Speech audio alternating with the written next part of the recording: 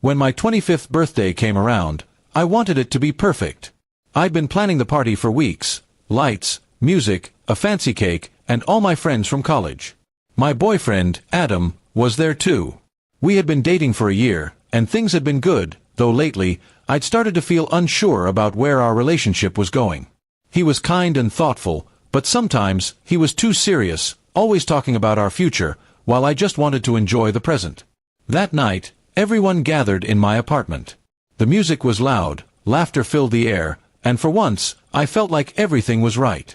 Adam had helped set up the decorations earlier, and I could tell he was nervous about something. He kept adjusting his shirt, glancing at me like he had something important to say. I brushed it off, thinking maybe he was just tired. When the time came to cut the cake, everyone circled around me, cheering. I was beaming with happiness when Adam suddenly stepped forward. He held out a small velvet box and smiled. My stomach dropped. I knew that look. Before he even opened his mouth, I could tell he was about to propose. Not with a ring, maybe, but with words that would tie me down in front of everyone. "Lena," he said, his voice trembling a little, "you're the best thing that's ever happened to me. I want us to take things to the next level. Will you be my girlfriend officially?" For a moment, there was silence. Everyone looked at me expectantly. I froze, feeling all eyes on me. It wasn't a marriage proposal, but it still felt like too much pressure.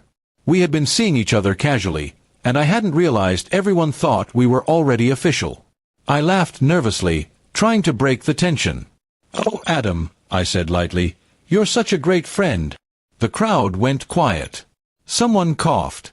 Adam's smile faltered, and my heart immediately sank. I hadn't meant to embarrass him, it just slipped out. I was trying to make it funny, but instead, it came out cruel. His expression hardened as he slowly put the box away. I tried to cover it up, saying, "Come on, you know I'm kidding," but the damage was done. For the rest of the night, the energy changed completely. People whispered behind my back, and Adam barely spoke to me. He left early without saying goodbye. The laughter and joy I had felt earlier were gone, replaced by an uncomfortable silence that hung in the air like smoke. My best friend pulled me aside and whispered, "Lena, that was harsh." I wanted to explain myself, but I didn't even know what I was feeling. The next morning, social media told the story for me. Someone had recorded the moment I called Adam a great friend, and it was already spreading in our circle. The comments were brutal. People said I was heartless, that I humiliated him for attention. My phone buzzed with messages, some from friends checking in, others from people judging me. My stomach churned reading the words mean, cruel, and attention seeker.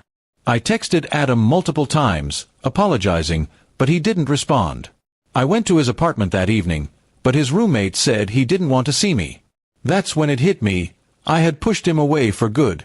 What I thought was just a joke had shattered something between us. Days passed, and the guilt only grew heavier. I replayed that moment again and again, wishing I could take it back. I hadn't friend-zoned him because I didn't care. The truth was, I was scared of commitment, of growing up, of being responsible for someone's heart. It was easier to make a joke than to face that fear. When I finally got a message from Adam, it wasn't what I hoped for. He said, "I deserved honesty, not humiliation. You could have told me how you felt privately. But doing it like that, it showed me who you really are." I cried reading those words because he was right. I had turned something sincere into a public scene. Weeks went by, and people eventually moved on to other gossip.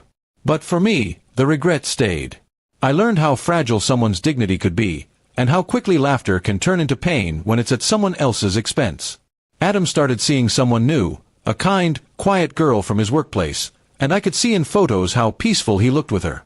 Now, whenever I think of that night, I don't feel anger or jealousy, just a dull ache of understanding.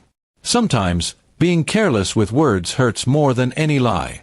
I didn't lose Adam because I didn't love him. I lost him because I couldn't show it properly when it mattered most. And so, that birthday, which was supposed to be a celebration, became a turning point. I learned that attention fades, but consequences don't. The crowd's laughter has long been forgotten, but his silence that night still echoes in my mind every time I blow out birthday candles.